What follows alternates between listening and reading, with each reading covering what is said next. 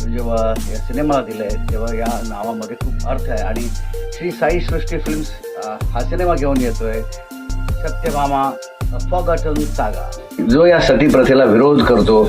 आणि खरं तर सती प्रथा बंद झाली याची कारणं खूप वेगळी आहेत, पण या सिनेमामध्ये हा जो माणूस आहे, हा जो हिरो आहे, तो ही सती प्रथा बंद करण्यासाठी स्वतःला मजबूत करतो आणि समाजाविरुद्ध आवाज उठवतो. आता पूर्वी कसं होतं की मुली लहान असायच्या, त्यांचं लग्न मोठ्या माणसावर व्हायचं, त्यांना विचार करायची मुभाच नव्हती किंवा त्यांना स्वातंत्र्यच नव्हतं.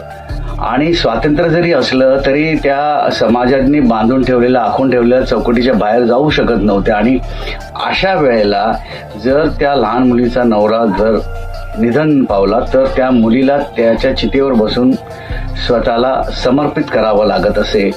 किती आपण विचारच करू शकत नाही अशी प्रथा होती. आणि त्या सर्व सती गेलेल्या स्त्रियांना मी वंदन करतो. माझ्या ठाकूर के बिंदास बोल में मधु, कारण की ह्या ज्या त्या आत्मा आहेत, त्या आत्मांचं आपण किती माफी मागितली तरी आपल्याला माफी मिळणार नाही, अशा पद्धतीची प्रथा होती. आणि या प्रथेमध्ये अनेक स्त्रिया यांनी आपली आहुती दिलेली आहे, बलिदान दिलेलं आहे.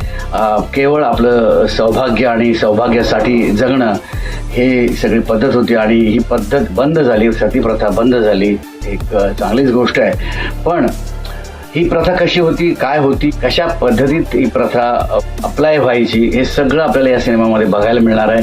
कसे नियम होते, कशा पद्धतीत स्त्रियांना सगळं मनाविरुद्ध जाऊन पतीच्या शरणावर जाऊन बसावं लागत आणि त्यांना त्या जळणाऱ्या शरणावर स्वतःला समर्पित करावं लागायचं आणि त्या अग्नीच्या डोहामध्ये नाहीसं व्हायचं. फारच वाईट प्रथा होती आणि या प्रथेवर भाष्य करणारा हा सिनेमा येतोय. नक्कीच हा सिनेमा बघा थिएटरमध्ये. 8 ऑगस्टला हा सिनेमा रिलीज होतोय आणि हा सिनेमा तुम्ही बघायला पाहिजे, कारण की एंटरटेनमेंटच्या नादामध्ये हा सिनेमा तुम्ही मिस करू नका. खास करून स्त्रियांनी तो मिस नाही केला पाहिजे आणि पुरुषांनी तर नाहीच नाही केला पाहिजे. की कशा पद्धतीचं अन्याय व्हायचा आणि कशा पद्धतीचे आपले नियम होते, कशा पद्धतीची आपली परंपरा संस्कृती होती.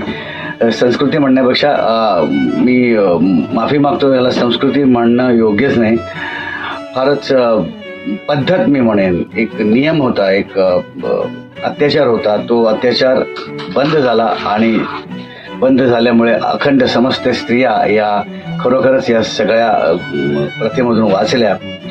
आणि मला पूर्ण खात्री आहे की हा सिनेमा तुम्हाला काहीतरी ज्ञान देईल, तुम्हाला काहीतरी शिकवण देईल आणि तुम्हाला ही प्रथा कशी होती त्याबद्दलचं सगळा सखोल अभ्यास करून हा सिनेमा ज्यांनी बनवलाय